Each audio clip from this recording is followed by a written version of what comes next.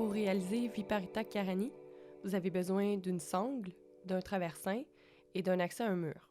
Si vous n'avez pas de traversin, vous pouvez le remplacer par une couverture en vous assurant de la placer d'une manière à ce qu'elle soit lisse. Donc, évitez d'avoir les franges de la couverture tournées vers vous, puis tournez-les plutôt vers le mur.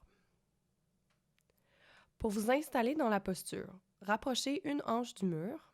Dans la vidéo, je rapproche ma hanche droite. Puis, servez-vous de vos épaules au sol pour rapprocher les fesses du mur. Attrapez ensuite votre sangle, préalablement bouclée, puis faites-la passer autour de vos jambes jusqu'à la mi-cuisse. Placez vos jambes dans une rotation interne, c'est-à-dire faites-les rouler vers l'intérieur pour ensuite serrer la sangle. Assurez-vous que vous êtes confortable, que vos épaules sont relaxes et détendues.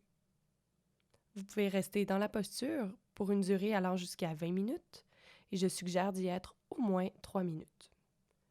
Au moment de sortir, débouclez la sangle, retirez-la des jambes et laissez le corps rouler sur le côté de votre choix. La posture se fait aussi sans traversin et sans sangle. Dans ce cas-là, vous pouvez simplement rapprocher votre hanche du mur pour ensuite faire pivoter les jambes vers le plafond. Remarquez dans la vidéo ici, je vais imiter une flexibilité réduite. Donc, si c'est votre cas, que vous n'arrivez pas à déplier complètement vos jambes, reculez le bassin du mur jusqu'à ce que vos jambes soient longues.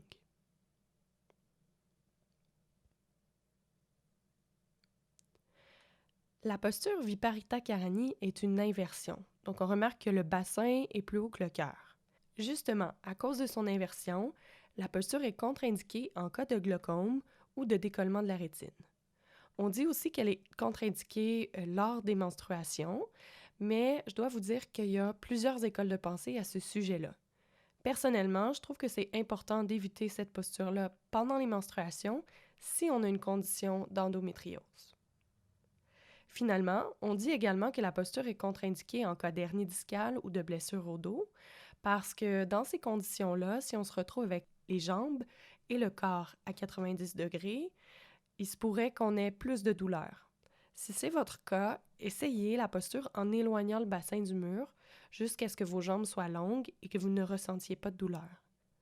Si vous avez une blessure au cou dans la posture, ça dépend vraiment de la blessure. Personnellement, lorsqu'il s'agit d'un torticolis, j'aime bien aller supporter les vertèbres du cou avec une couverture roulée. Cependant, il faut faire attention avec les accessoires qu'on met sous la tête dans cette posture-là, notamment à cause de l'inversion, pour ne pas aller mettre trop de pression dans le cou.